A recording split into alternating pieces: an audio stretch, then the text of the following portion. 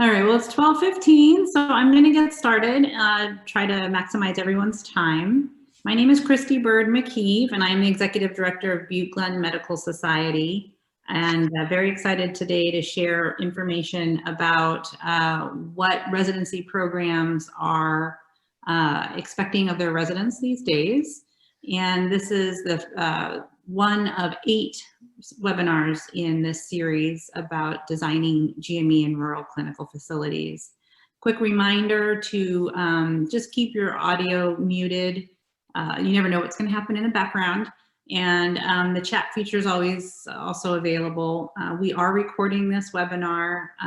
If you have technical difficulties, sometimes it's easiest just to log off and log back in, and that kind of solves the problems. Again, I'm the Executive Director of Butte-Glenn Medical Society, and as well as CEO of a new 501c3 affiliated but separate from, which is called Healthy Rural California. Today we have Maggie Fassbender from Wipfli, who's going to be our main speaker, and there are some questions, polling questions that we'd like you to fill out so that we can have some feedback on each of the different webinar series.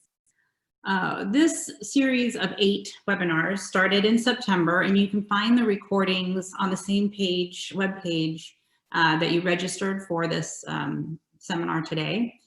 The first one was in September on academic partners and how it takes a long time. It's more of a marriage than a sort of a transaction contract. Just walking through those different aspects. So again, that's recorded and available, as well as a PDF primer that you can use as a guide as well. In October, we did feasibility studies and business plans, which was a really important topic for me in particular, as I was leading the Butte-Glenn Medical Society residency task force with our board, and finding out that the feasibility study is really a great way to get traction and make progress in building a residency consortium or community-led effort. In November, we discussed the state efforts to expand residency programs, including Physicians for Healthy California's CalMedForce program. And again, those are all recorded and available for anybody to look at any time. And we are continuing to develop the PDF primers that go along with those. Today, we're looking at ACGME requirements. In January, we've invited Janet Kaufman, who is with UCSF, to talk about all of the statewide efforts. It's her expertise is residency programs in the state of California, and we're lucky to have her joining us January 7th. And then later in January, on the 28th, will be expand or create new. That is the question, and just sort of delving into a question that's very specific to certain communities. For example, with Butte-Glenn, we don't have any residency programs in the area, and so it was much more likely we would need to create a new one, but there are ways to expand, and that was also part of our decision-making process. In February, we'll focus on our particular story, how we came to form our residency task force in the wake of the Camp Fire in 2019, which exacerbated already existing chronic access to care issues. And then the Camp Fire really galvanized us to take action. And we are now moving forward into a graduate medical education consortium. So in March will be our last one, and that's why board certified physicians and other sort of elements are needed in order to have continuity sites for residency programs, which are essential. All of this is at the website noted there and recorded. And pretty much this entire series was created because when we started our residency task force, these are all topics that I had wished I'd known a year ago, or now a year and a half now, as we got started with our residency task force. There were just a lot of things we didn't know. And so that's how the series came to be. And a huge thank you to our partners, Physicians for Healthy California, who really do make this series happen, as well as Paradise Medical Group, who sponsored this, They were in Paradise and displaced by the campfire and are now back in Paradise, setting up shop. So California Medical Association as well, huge thank you. So quick overview, in September this year, we received a $1.8 million planning grant to establish a psychiatry residency consortium. And that was in large part because we did have a feasibility study conducted this spring, and it gave us some really great data on what would make a sustainable and successful psychiatry residency program in the area. So we're excited to be working on that. Unfortunately, we cannot receive those funds until we are accredited. So we're in a very interesting state right now of trying to raise the money to get to accreditation, which takes about 2 years for a community-led consortium. I have a recording on our YouTube channel that sort of describes our process up till September. Anybody's welcome to check that out if they're interested. I'll probably do another one in January. My tips are always just to keep focused on creating a positive and effective experience for residents from the very beginning. The resources are far more than you would ever expect, and the time will take much longer than you could ever imagine. But that is that is the nature of creating a consortium. My cursor keeps moving away, so let me see what happened. There it is. Okay. Also, just to keep an explorer mentality, because, and that's kind of how, when we started the residency task force, there were some very fixed ideas of what a residency program should be or could be. And that kind of rules out some new information that we got through our feasibility study that is much more, sustainable in its practice. So keeping that open mind about what could be and exploring the different options is always a good way to go. Cast a wide net, consider your local medical society. Butte-Glenn Medical Society is, I think, the first to really get this involved in establishing a residency program, but that our board made that our priority to create the residency task force and see this through. So that's, don't rule them out if you're in an area where there is a medical society. Always look at the greatest need in the community and hire a consultant, because having that outside expertise is really important. And then there's also a new GME program through the California Healthcare Foundation. It was just launched about a month ago, and as well as some grants for feasibility studies that were just announced. The applications are due very soon. So if you're interested in that, take advantage of it. There goes my, okay, there. So I'm very pleased to introduce Maggie Fassbender. Kiki Nocella and Maggie have been our partners since February, when we engaged WIPFLE to do the feasibility study for a psychiatry residency program. And their expertise is it's just been a wonderful guide through all of the different decision makings that have to happen with different organizations in our community. And so I'm very happy to introduce Maggie, and I'm going to stop sharing my screen now, Maggie, so you can take over. Hi, everyone. Let me get this going, share screen.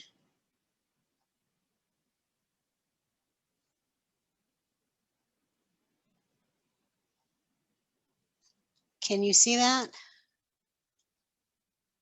Yes. Perfect.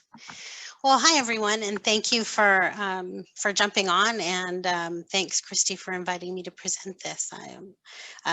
This is an area that is near and dear to my heart, the changes to the ACGME requirements and just residency education in general. I guess I did a little background last month, but just in case we have anybody new, I have been in graduate medical education for about 13 years, both in the academic and community hospital settings, and primarily in internal medicine and urology residency programs. So I have experience in primary care as well as surgical and surgical specialties. So let's kick this off. So we're going to just go through a real quick history of accreditation. And then I'm going to get into the core competencies, and we're going to discuss the milestones and the changes to the milestones, and what programs and participating sites can do to stay on top of the changes.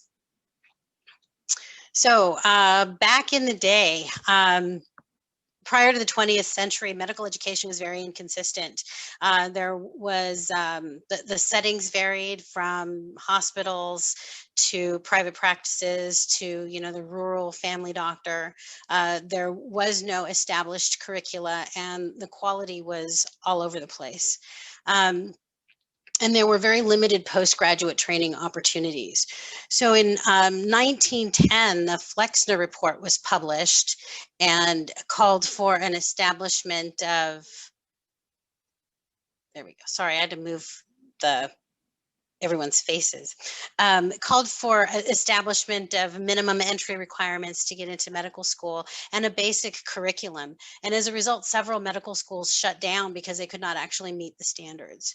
So in the 20th century, we see the development of the LCME and the ACGME, which is the accrediting body for graduate medical programs. The LCME is the Liaison Committee on Medical Education, who is the accreditation body for medical schools. In 72, the precursor to the ACGME, which was also known as the Liaison Committee for Graduate Medical Education, was established. And in 1981, you had a variety of organizations that came together, which included the American Hospital Association, the AMA, the AAMC, and the medical specialties to create the ACGME. And what they did was they established a mission and established an accreditation process that is voluntary to all of your residency programs. Their mission is to, and part of the mission is to enhance and assess the quality of resident and fellow education. Keep in mind that while accreditation is a voluntary process, if you are not ACGME accredited, you will have difficulty receiving CMS funding, and also your candidates for graduation will have difficulty obtaining credentials for board certification, as most of the ABMS specialties require ACGME training in order to be able to sit for boards. So this moves us into the 21st century, and things start moving at a pretty rapid clip at this point. So we start seeing the move towards competency-based education with the approval of the core competencies in 1999.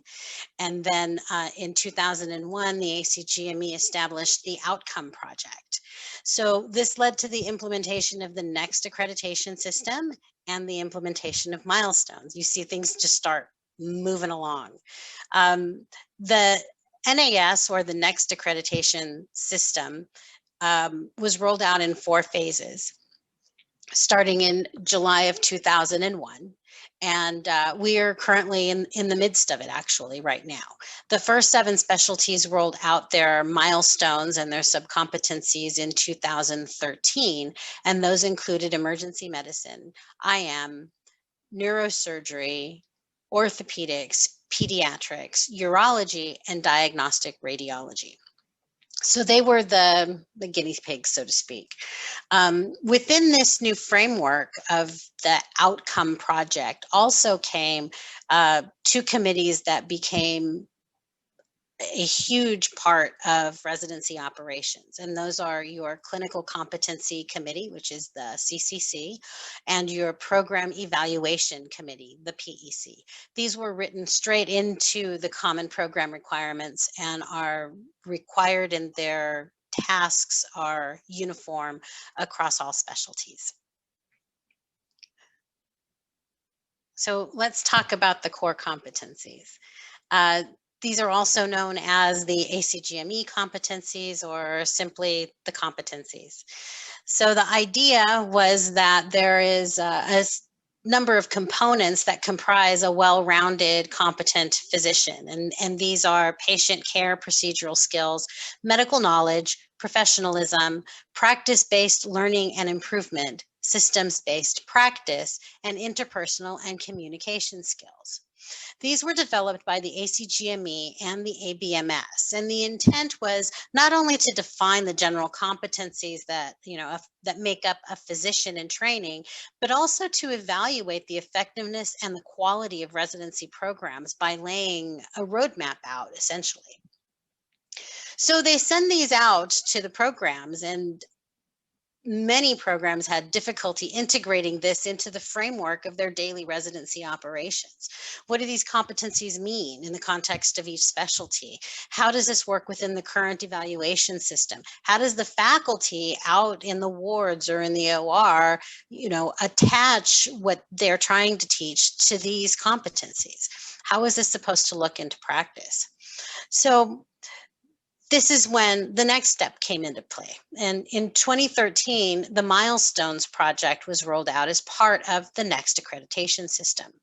Review committees and the medical boards collaborated to define sub-competencies for each of the 6 core competencies. So what is a milestone? I think we all know, if we have children, the most common analogy is in early childhood development. We have milestones that cite, when a child goes from rolling over to crawling to walking and running. And the concept is the same here for our residents in training. So what we're looking at is a competency-based outcome that's based on the knowledge, skills, and attitudes and performance that we can measure as a resident progresses through training. So for example, this is family medicine, and medical knowledge is your competency, right? And then MK1 and MK2 are your sub-competencies. And then each level here from 1 to 5 is your milestone. And you'll see that we go from a beginner in training who can describe how behaviors impact patient health to someone who is aspirational, who is able to expand the knowledge base of family medicine through the dissemination of their own original research. So why milestones? Well, for a number of reasons. They provide for residents a roadmap for their training. It makes their training transparent. They know what is expected of them. And it facilitates better feedback and encourages feedback-seeking behavior from the residents. For the training programs, it was guidance for curriculum development. It was a way to demonstrate the effectiveness of their training program. It helped with evaluation development. It provided a meaningful framework for your CCC. All the members of your CCC are on the same page. They know what they are grading the residents on. And it also gave programs, most importantly, I think, the opportunity to identify underperformers and advanced learners, enabling the programs to individualize their education based on the residents' needs or their strengths. For the ACGME, it provided a continuous monitoring of programs, which allowed for extended site visits. So we went from a period of time where you could go 2 to 5 years between site visits to now we're 10 years in between site visits because we report on an annual basis.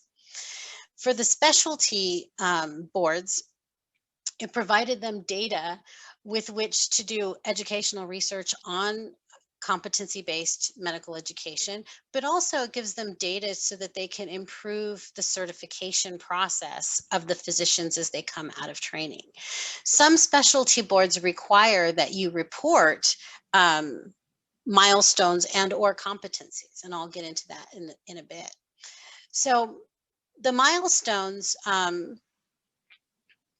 were put together by each review committee with input from each of the boards.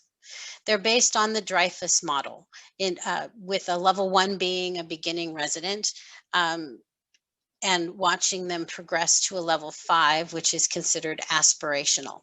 The graduation target is level 4.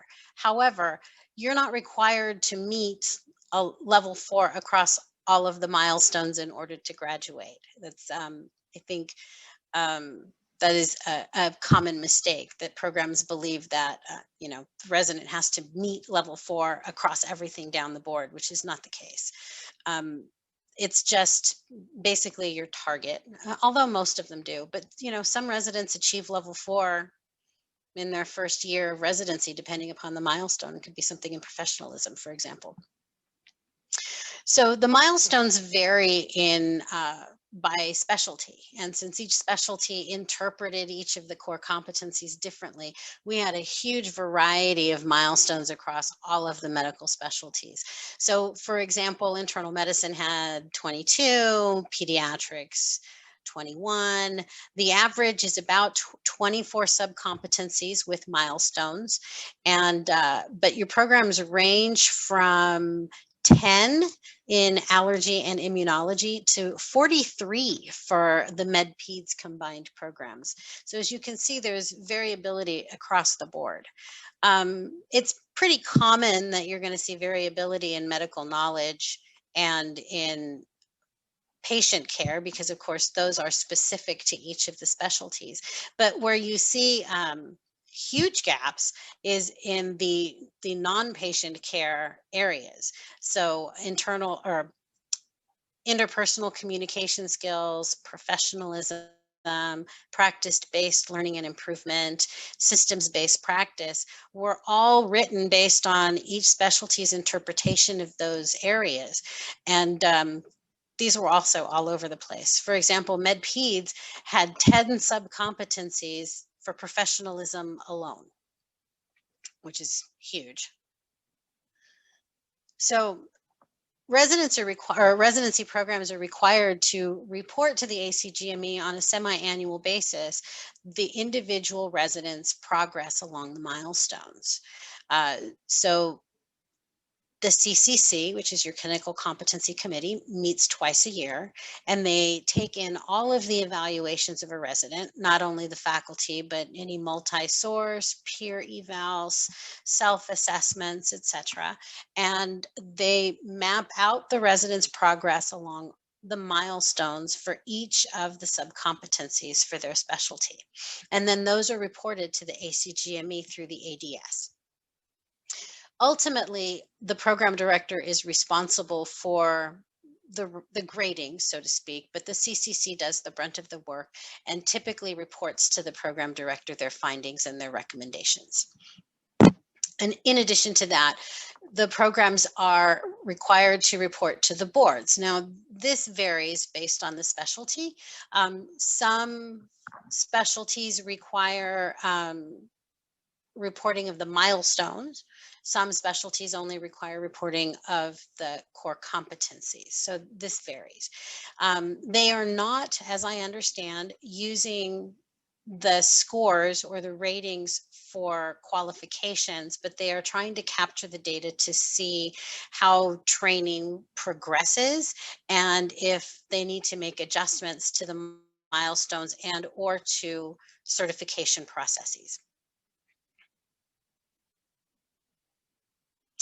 So as part of the milestone project, the ACGME built in a quality improvement plan with the project, and that called for a review after 3 years of the rollout. So in 2016, 10 specialties started their reviews and their revisions. Some of the feedback that was received from program directors across the country was not only the variability across some of these things, but they called for the need for more uniformity because, well, for example, when I was in urology, the preliminary surgery residents did a year in general surgery, even though they were our residents, and their evaluations did nothing for what we had to do in urology because their subcompetencies were completely different from what we had in urology. So what program directors wanted was uniformity so that they could share assessment tools across programs and specialties. Another recommendation was that they were too verbose and that there were too many subcompetencies in some areas. For example, that MedPeds 10 professionalism subcompetency thing that I mentioned earlier. So they worked on combining some of these milestones, translating them into simpler language, and reducing the number of subcompetencies. Some specialties made very significant changes to their milestones. So what comes about from that is a reduction in the milestones. For example, family medicine actually only retained one subcompetency from their original iteration, and that was medical knowledge, and the creation of the harmonized milestones. So this is what we're looking at. They reduced the milestones to 2 to 3 subcompetencies per milestone outside of the patient care and medical knowledge milestones. Those are still going to be variable because each specialty is different. So for interpersonal and communication skills, we have patient and family centered communication, interpersonal and team communication, communication within healthcare systems. And what this includes is, for example, maintaining your EMR and keeping your notes updated and your discussions with the family, things like that are all built into these 3 subcompetencies. Whereas in some specialties, each of those items was its own individual subcompetency. Practice-based learning and improvement was brought down to 2: evidence-based and informed practice, and reflective practice and commitment to personal growth. So this takes us to the lifelong learner. Professionalism was brought down to professional behavior and ethical principles, accountability and conscientiousness, self-awareness, and help seeking. This was part of the move into well-being and wellness for residents, knowing when they are fatigued, knowing when they are stressed. That is all part of being a professional. It's knowing when you are incapable of taking care of your patients. Systems-based practice was the last one that was harmonized, and those became 3, with patient safety and quality improvement, navigating the system for patient-centered care, and the physician's role in healthcare systems. This also shows a shift in the move to advocacy as being a responsibility of the physician for their patients. So what should programs do? Well, programs should live and breathe the specialty program requirements. The program requirements should be shared with the residents as well as the faculty. It should be very clear what the program is required to do and what is expected of the residents. Know your specialty milestones, really get to know them. Some of the milestone 2.0 came out in 2019. We had some roll out in 2020, and we have quite a few coming out effective July of 2021, including internal medicine and most of the IM subs. So take a look at the changes. Talk to your program coordinator. What changes need to be made? Do you need to change the mapping of your curriculum? Are there any gaps that you need to address? Look at your assessment tools. Are there adjustments that need to be made? Have your goals and objectives needed updating as a result of this change in the milestones? And what do your evaluations look like, and are they tied to the milestones? Most of your resident management software programs like MedHub or New Innovations have mapping capabilities, and they tend to do their updates with the milestones as they come out, but you may want to double check with your GME office to ensure that this is happening in case you need to make any adjustments for your own program. One of the other things that you have to do is review the milestones with your residents, give them a copy, and encourage them to use them for self-assessment. You should include the milestones as part of your overall goals and objectives. If not built in to the goals and objectives, you should perhaps give them a copy as an attachment. Always make sure these are available to them so that they know what is required of them. Conduct faculty development around the new milestones and review expectations with your faculty. And then you do want to do a deep dive with your CCC on the new subcompetencies and the milestones and discuss how you're going to address and rate the residents against these new milestones. As far as participating sites, if you do not run a program, but you are a participating site with a program, read those program requirements again. There have been some changes. Get familiar with the new subcompetencies and the milestones for the residencies and the specialties that you work with, and discuss the milestones with the program directors. Review expectations. Do your teaching attendings need faculty development? Find out if they are, if the program is doing something, or if you need to address the changes with your faculty there. Find out if your goals and objectives have changed from the program and obtain new copies and review those with your faculty. And, you know, become a part of the process. Ask the program director if you can be a part of the CCC, or at least observe the meetings so that you can take part and provide feedback on the residents. A couple of things. Oops, I keep going backwards. Before I open it up to questions was, you know, I wanted to make it clear that you know, as I stated earlier, the mission of the ACGME is to assess and enhance the quality of resident and fellow education. So this process is going to always change. And I know one of the big complaints out of programs across the country is that, you know, once I learn what is expected of me, they change it. And that's pretty typical, but I think that is a part of the process of continual improvement in graduate medical education. We want to put the best doctors out there that we can for our communities. And so, of course, the process is going to change as technology changes and medicine changes. Our training is going to change as well.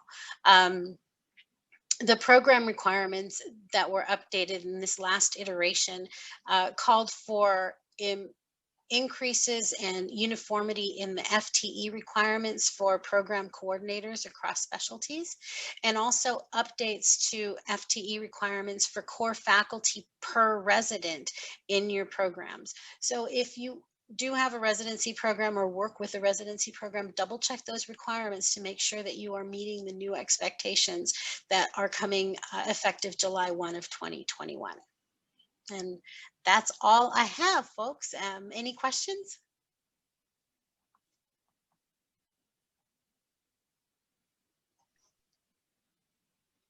So you're all welcome to unmute and submit a question. Thank you, Maggie, for the great presentation. Oh, it was my pleasure. I do have, I know that the slide deck will be made available, and I did put in my references, and there's some really good material here that explains for CCCs how to utilize the milestones and how they came about. The milestones guidebook being one of the better ones. It's put out by the ACGME, and they also have a CCC guidebook that in my previous programs we used to give to our CCC faculty so that they knew what the expectations were.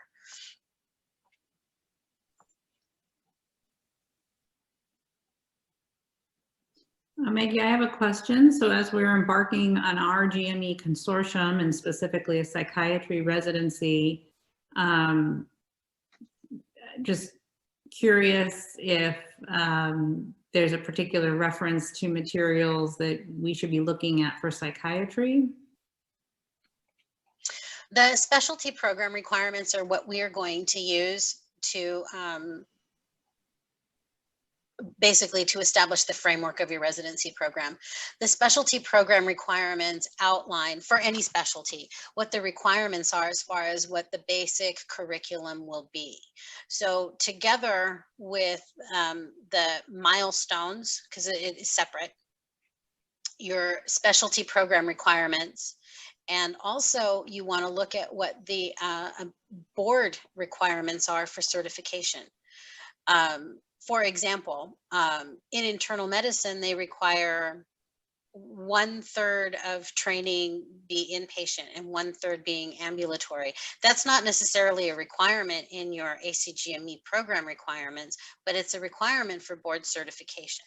So what you're going to want to do is look at your specialty requirements, look at the psychiatry. I think it's what it's neurology and psychiatry board, I believe is what it is. Requirements for sitting for the exams and also the milestones. And for those that are those specialties that are procedure based, it doesn't apply to psychiatry, but for example, dermatology or internal medicine have specific procedural requirements as well that you would have to take a look at and include into your curriculum.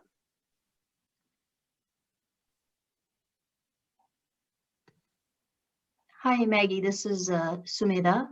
I wanted to ask, so what are some, when a program is getting started, are there certain like almost like low-hanging fruit milestones that they could start with to address, or are they addressing them all concurrently, like a phased approach? Would that be something that programs could do? Are you talking about when structuring your rotations and your curriculum?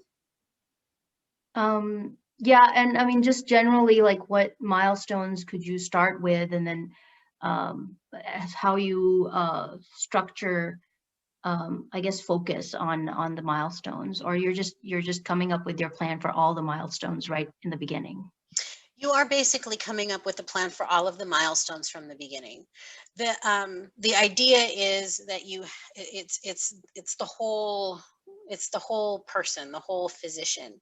So it's a little difficult to establish or try to incorporate training on something like a procedural skill and not include trying to think of an example, the informed consent. Oh yeah, of course. So, they go hand in hand. And so you'll find when you look at all of the milestones for your specialty, they are very much intertwined. And you'll see as we move forward in graduate medical education, the movement towards entrustable professional activities, the EPAs. Those are an activity that will combine several milestone or several subcompetencies into it. So for example, a procedure.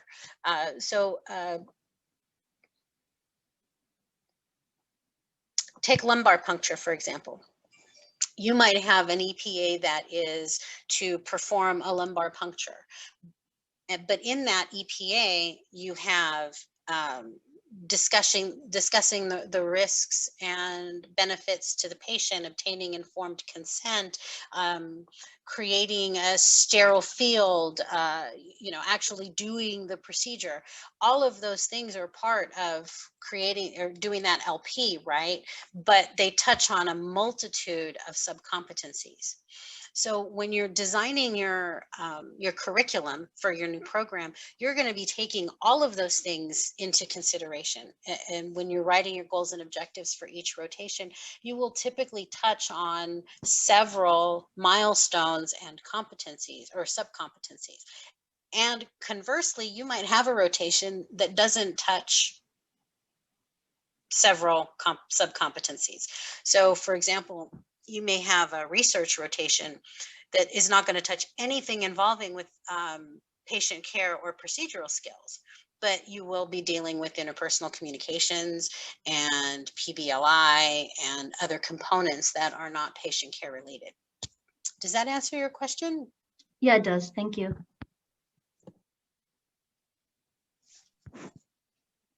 I have a question about, so when we're looking at rural communities, this is a generalization, but sometimes they're advanced career physicians.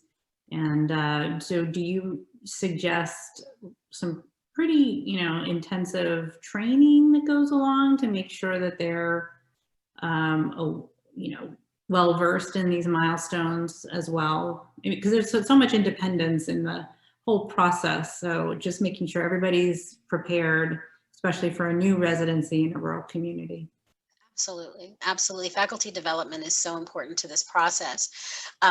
Not only because you want them to understand what the milestones are, but also we need to remove a few biases. We have the back in the day when I was in residency training, fill in the blank. So we need to move some of those more established physicians from that mindset into what residency training is today. Not only by going through the milestones and the program requirements with them, but also discussing how residency is changing and how very different it is from, residency in the 90s or the 80s or the 70s. So when you're building your faculty for your new program, you're going to have regular faculty development as the program is being created, but also once the program is established, you're going to have in-service to go over and review a lot of these things as you keep moving forward. That speaks to me as more resources and more people involved in the process. And yeah, so just again, with all of these webinars, I've been highlighting that it just takes more resources than anybody could ever imagine and more time. So highlighting that. Thank you, Maggie. Welcome. Keep in mind also, Christy, that as you are building your program, you're going to have other resources, as you said, but I'm sure you will have lots of volunteers. I know all the people that you have building this that are wanting to come together for this. So, I think it will be very easy to have a lot of train the trainer sessions and other colleagues that are more than willing to come in and talk to the faculty and discuss things like milestones and the CPRs and different things like that. I appreciate that. Thanks.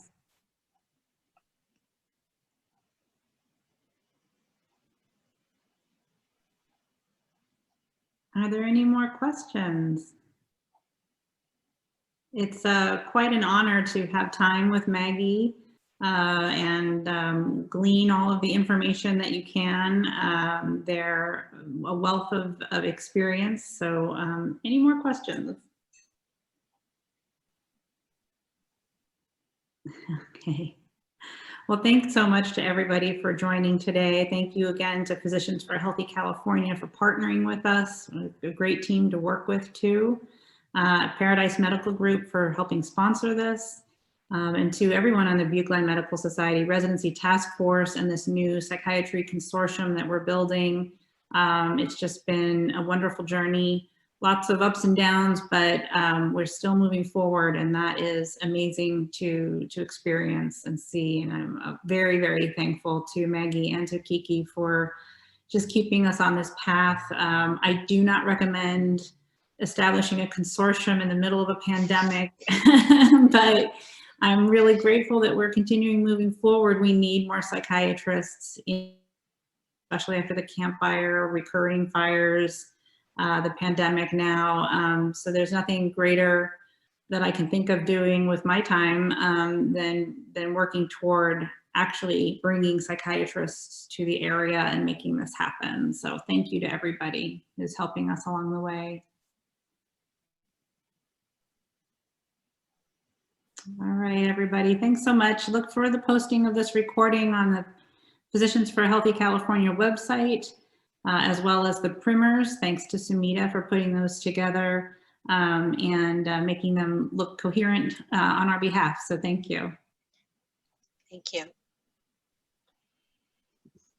Bye. Bye. Hi, Penny. Bye, everyone. Penny's up in Humboldt. There you are. Listening in. Yeah. Fascinating. Yeah, you're doing great work pulling that together. I wish we had the ability to do it, but we got to get our family medicine program going nice and strong first before we venture out even more. How long has that journey been for you, Penny? We actually, it's our hospital, St. Joseph Health Providence Hospital, along with our FQHC clinic network, open door clinics that are the lead for it. I of course have been doing backup and, helping with communication and all of that, but we actually are interviewing now for our third class. So we started with our first class in 99, July of 1999. Then we had second class going through now, and they had like over 1,000 applicants for the program. So it's our hope that, we know on the first class, I'm aware of about 3 of them that are planning to stay. Not too sure about the others. And the nice thing about it is, and the key is that those 3 have roots here. So, one grew up and family's here, graduated Arcata High. One of them, his wife is from Garberville area and he's from Petaluma. And so they want to relocate to Garberville area. And then I'm not quite sure where the other one's going to go just yet, but she actually moved her fiance up here, who is also a physician, and he got a job. So hopefully, the idea is to get them rooted and get them to stay. So the second class, none of them are from California. A lot of them are foreign medical grads. So I don't quite have a feeling on a lot of them just yet, but we'll see where it goes. So yeah, it is exciting. And I heard that in a recent meeting that sometimes the first people who are interested are from foreign medical schools. And it was just something that came up in a recent meeting. Mm-hmm. But we're, as you are doing, we're just trying to turn the tide to be more, just have more physicians in the area. Yeah. Well, actually, this is most of our specialists, most of our physicians over here are over the age of 65. So, and that's mostly our specialists. And I had actually heard that there are a lot of the specialists that the only potential recruitees are foreign medical graduates. And, in order to recruit them, they also have, a lot of them need their J1 visas. So they have to work through a clinic or work through another partner to be able to meet the criteria that they need to come out. And it's interesting because one, using a nephrologist and as an example, when they brought him in, they had to bring him in under primary care, even though he was trained in nephrology, and we needed nephrology desperately.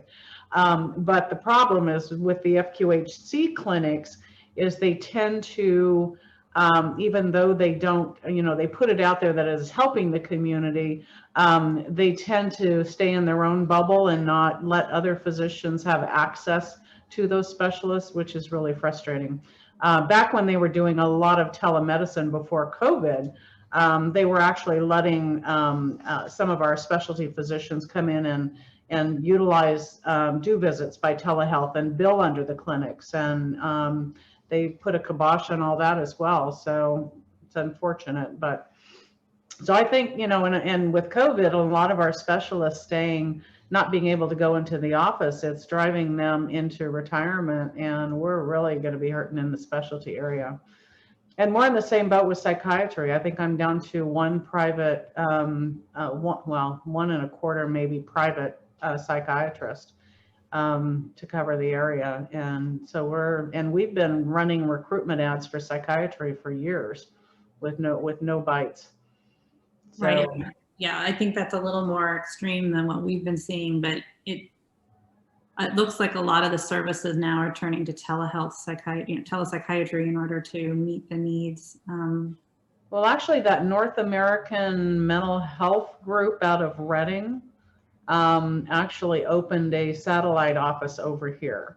Oh. They actually have a mid-level that they have here seeing patients in person, but their physician visits are all being done by telehealth. So that picks up a little bit of pressure, but I don't know if they're up over by you also or not. I haven't heard of them. North America Mental Health is what they go by. Okay. The other thing I want to mention is we have our regional mental health task force that really just got going in September, and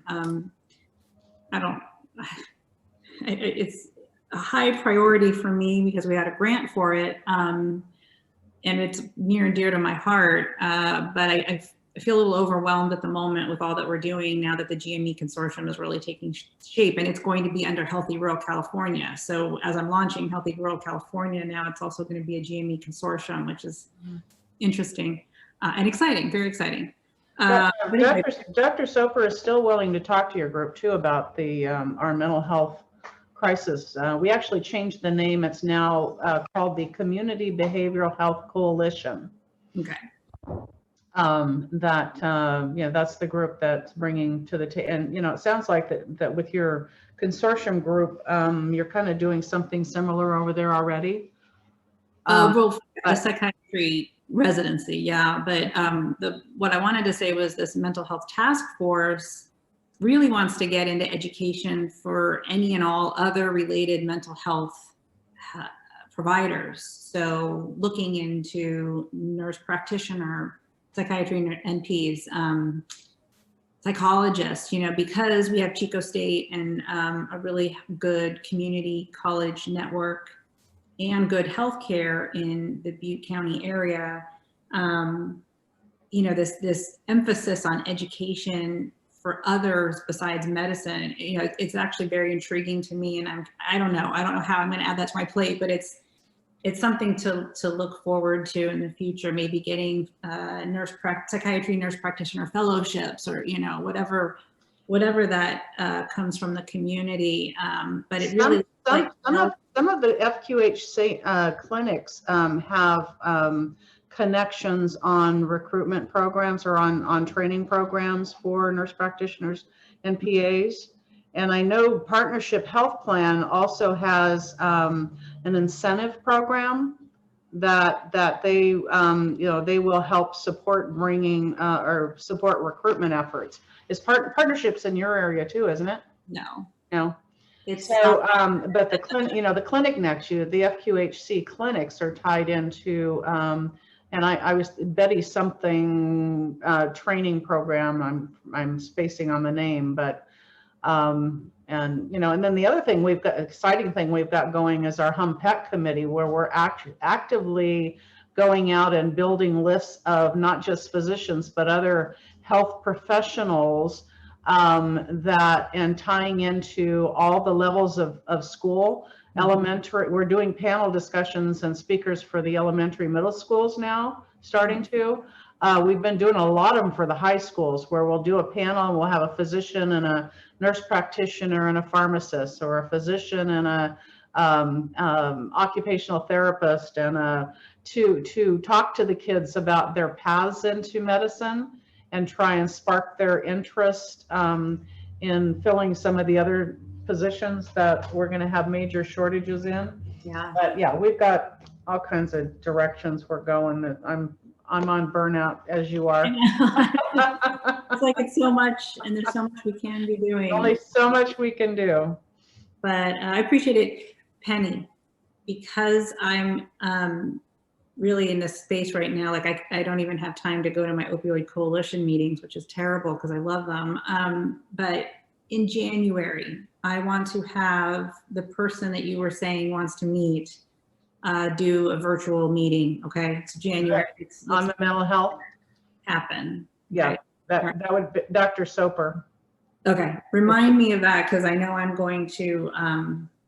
That's going to escape my mind. And please do join us for our virtual gala next week. I've got it on my calendar, and I want to. Actually, mine is Saturday. So I should send a link out for mine as well.